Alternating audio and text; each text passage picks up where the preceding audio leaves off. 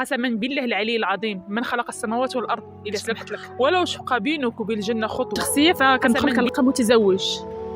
الشمته اللي شمتيني انا وشمتي بزاف د البنات غيري، بغيت ربي العقاب ديالي يكون مضوبل، لانني انا شخصيا ما غنسمحش لك. هذا الشخص هذا تعرفت عليه عبر الفيسبوك في سنه 2022، واول لقاء بيناتنا كان نهار 9 شهر 10 ديال 2022، وكان بالضبط عيد الميلود. هذا الشخص هذا تلاقيت انا وياه، تعارفنا، هضرنا وخرجنا خرجات محترمين، يعني ماشي شي انسان اللي فيها قله الاداب ولا هذا. تعارفنا، اتفقنا على ان نكملوا حياتنا مع بعضياتنا. ما تعارفنا يعني بقينا واحد المده ديال تقريبا شهر ونص كنتعارفوا، كل اسبوع كنتلاقاو نهار الحد، مره كنمشيو للبحر، مره كنمشيو للقهوه، كنريحوا، كنبركوا، خرجات ما فيهمش ابدا شي قله الاحترام.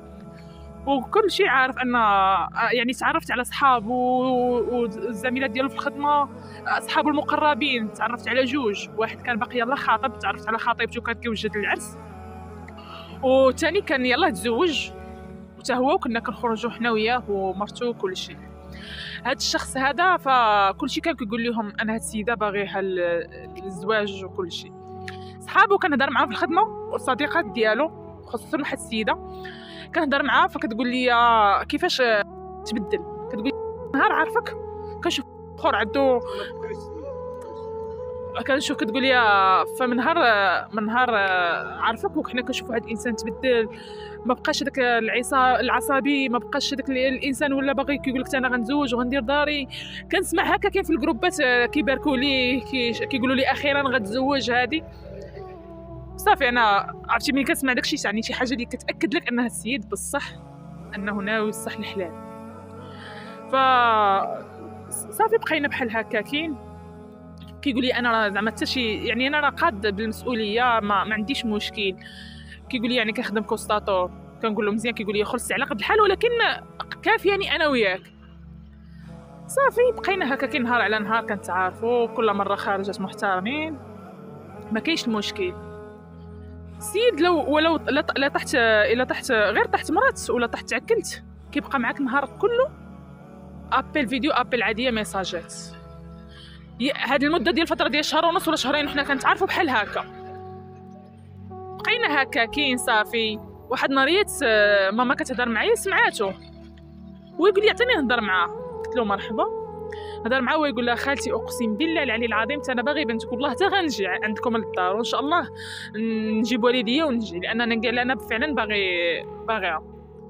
صافي قالت له وليدي جا مرحبا بك، قالت له غا فكني كتقول له ماما فكني الدريات بغيت نشوف وليداتهم هما عندهم ما باغيينش يتزوجوا، منين جيتي انت وقنعتيها يلا سير توكل على الله. قال لا خالتي والله حتى غنجي. صافي كنقول له كاع واش كتهضر من نيتك بحال هكا، كنقول له كتهضر من نيتك باغي تجي بصح ولا غير تخليني نعطيك ماما وهذا. كيقول لي والله حتى باغي نجي سميره. صافي بقينا هكاكين مجموعين مع بعضياتنا، كنخرجوا عاد خرجات وكل شيء، حتى بواحد النهار وقع بعدا مشكل بينه وبين الاب ديالو، بحكم ان الاب ديالو مزوج مرة اخرى وهو الام ديالو متوفيه، مزوج مرة اخرى. ومهم الدري كان شويه قبل ما نعرفو انا كان كيخرج، فهمتي، كيخرج بالليل ما كيرجع معطل. داك النهار انا ما عرفتش بالضبط المشكل فين، حدو قال لي انه بسبب شي صاحبو جا عنده. المهم تخاصموا باه، كنعيط له كيقول لي فينك، تيقول لي انا وقع لي مشكل وخرجت من دارنا ومشيت كريت. كنقول له علاش باك هذا، كيقول لي صافي انا بقيت قدرت نستحمل، صافي انا لا بقى لا با لا جوج، انا صافي هذيك كنقول نعشيط راه باك مهما كان.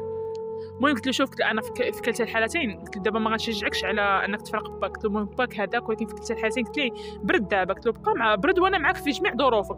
قلت له كيف ما انا عرفتك النهار الاول انا معاك، سواء بدارك سواء كارث ولا. وهو رغم هذا الشيء كامل كانت عنده دار في السكن الاقتصادي في الغفران، بالضبط حدا مقبره الغفران كانت عنده تما.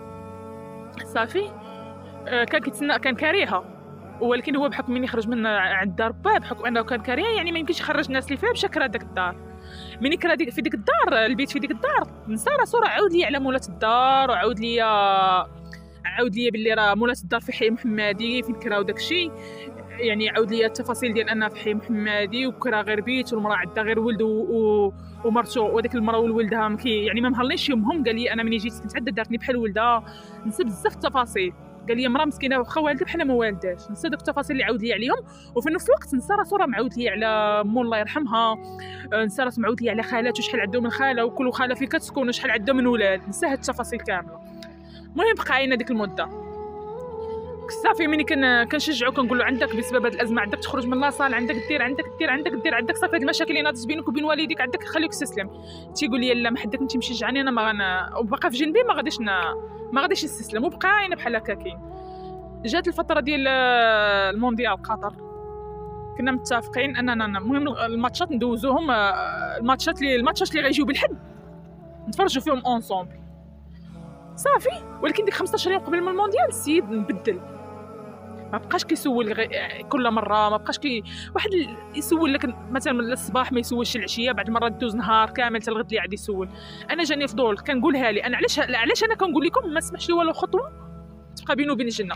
لانني ملي كنت كنهضر معاه كنشوفو مبدل كنقول له شوفي الا كاينه شي حاجه غير جي واجهني، كنقول له تقدر تجيني قاصحه النوبه الاولى ويبقى فيا الحال. ولكن القليله غنقول هاد الانسان كان صريح معايا، القليله هاد الانسان راه ما كذبش عليا، ونقول له حتى لا تفارقنا نتفارقوا باحترام وغنبقى نشوفك ونقول لك السلام. فما تكذبش. كيقول لي لا انا مستحيل نتفارق معك والله حتى غير المشاكل برسطين وداك الشيء. وهو كيقول لي انا اللي تفارقت معك انا راه نقدر توقع لي شي حاجه لانني انا كيقول لي ما لقيتش شي وحده مسانداني كيف ما ساندتيني انت. فتصور انسان كتقول له هكا هو كيقول لك لا ما كاين والو وبقى مبدل. فانا بقى فيا الحال واحد شويه، ما كيبقى فيا الحال كنحط شي ستوريات بعد المرات كيقام تيرجع تيقول لي انا علاش انا والله ما كاينه شي حاجه. كيعيط لصاحبه كيقول له هضر مع سميره، هو ومرته قلت لي عفوا هو صاحبه ومرته. فمرته كتعيط ليا في الدار من وسط الدار كتهضر معايا، كيهضروا معايا اب بالفيديو كيقولوا لي انت مالكي مع فلان نعلي الشيطان هذه كنقول لهم راه هو اللي خاصو يعيش الشيطان. كيقول لي لا راه ما كاين والو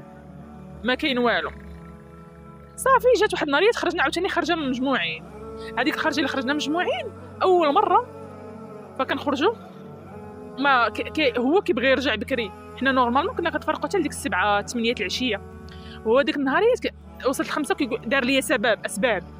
وديك النهاريات غادي وكيقلب في التليفون، تيقلب في التليفون كل مره اش كيدير، كل مره كنشوف هذا التليفون وما ماشي فيه ديك الفرحه اللي كما كان نخرجوا فرحانين صافي. بقى فيه الحال. قلت له علاش اليوم بالضبط درتي هكا؟ كيقول لي لا والله ما كاينه شي حاجه ودرت فيه. ما عقلتش شنو قلت له ولكن عقلت على راسي درت فيه ومشى في كاع عاوتاني بقى عاوتاني هكا كينكاعي. تدازت السيمانه الاخرى غنتلاقاو مولفين كنتلاقاو حنا بالحد هذيك النهاريات ما قالتش واش كان شي عيد ديال الشغل ولا شنو. تلاقينا بالجمعه قال لي يا فلانه انت ديما كتقولي حنا انا تبدلت هكا جينا نتلاقاو اليوم بالجمعه. فعلا تلاقينا مشينا للمحمديه، خرجنا درنا دوزنا نهار زوين وجينا مشينا للبحر وكل شيء. هو ملي كنا نبغيو نخرجوا مع بحال هكا صحابو وعيالاتهم ديما كيشكرني كيقول لي الحمد لله انا عاطيني وحده ربي عاطيني وحده متواضعه. واحد النهار كاع نخرجوا مع الصديق ديالو، ولكن الصديقه ديالو هذا ماشي مرته. قال له واش فلانه غتخرج؟ قال له لا صاحبي فلانه راه ما تبغيش تمشي معايا ناكلوا السردين نمشيو داك الشيء. ويقول له بعكاكه قال له انا الحمد لله ربي عاطيني سميره لاي حاجه كتاكلها. بحال هاد العباره قسما بالله العظيم. واحد النهار هز التليفون فكنقلب في الفيسبوك جاب لي الله كتب سميتو في فيسبوك اللي انا عندي ما يطلعش ليا، طلع ليا واحد اخر كيبانوا ليا تصاوروا هو باقي صغير وهذا. فدخلت نهبش. اول حاجه هبش عليه هي المعلومات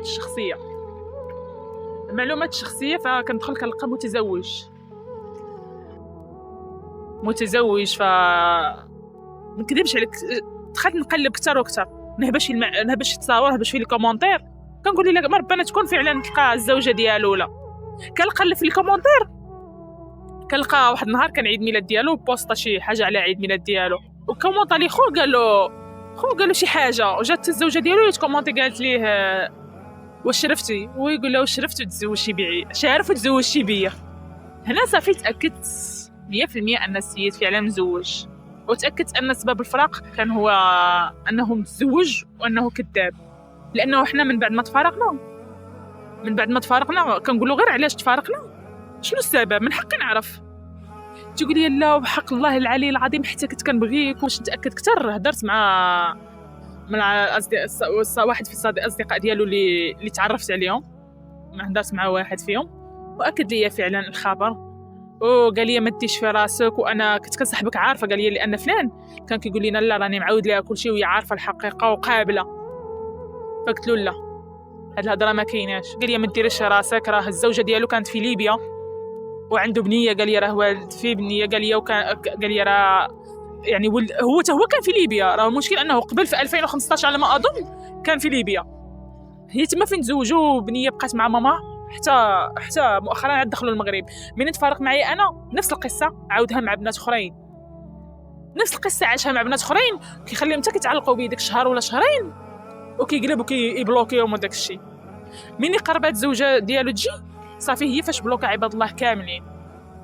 هاد السيد هذا راه قلت لك راه كان قمه انا كنعتبر قمه الوقاحه.